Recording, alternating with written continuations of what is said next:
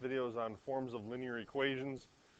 There are three basic forms of linear equations. Our standard form, slope-intercept form, and point-slope form. The most common one that you're probably used to is slope-intercept, or in other words, y equals mx plus b.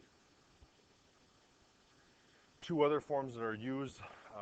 The easiest form to use is point-slope form, because all you need to have point-slope form is a slope and an ordered pair.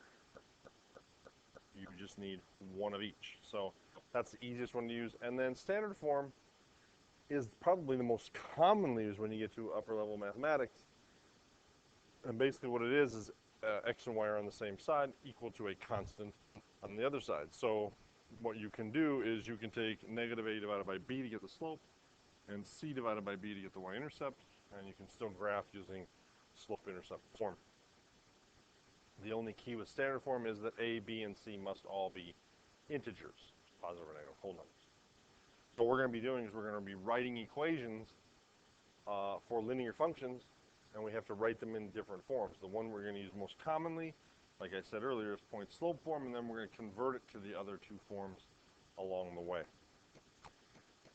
Two things you always need to do to find an equation or to write an equation, no matter what, is you always need to have a slope and you always need to have a point. Now, you might be given 2 points, but given 2 points, you can always find the slope and then use one of the 2 points and put it into point-slope form. So, for example, here's a point and a slope. So I'm going to use point-slope form. Y minus 5 equals the slope, negative 2 times x minus 2. It's now point-slope form. This problem says convert it to standard form. But before I do that, I've got to put it in slope-intercept form. So I'll put it in slope-intercept form simply means slope-intercept form, y by itself. So to simplify this, I simply distribute. I have y minus 5 equals negative 2x plus 4. Then I would add 5 to both sides and get y equals negative 2x plus 9. That's slope-intercept form.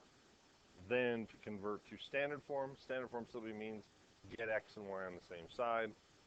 So I'm simply going to add 2x to both sides to get it into standard form. So 2x plus y equals 9.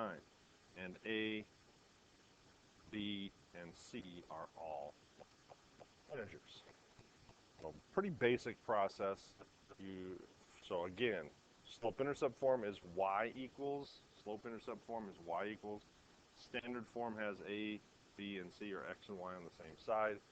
And then point-slope form is what we most commonly use to actually write the equation, and we transform it into other equations.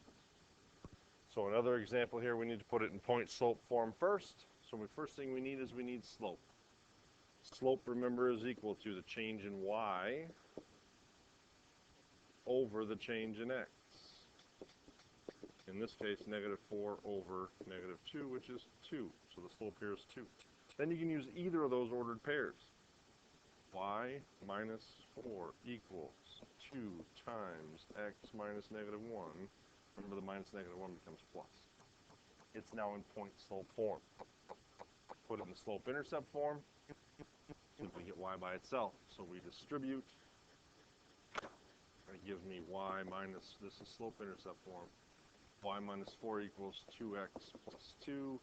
And then add 4 to both sides.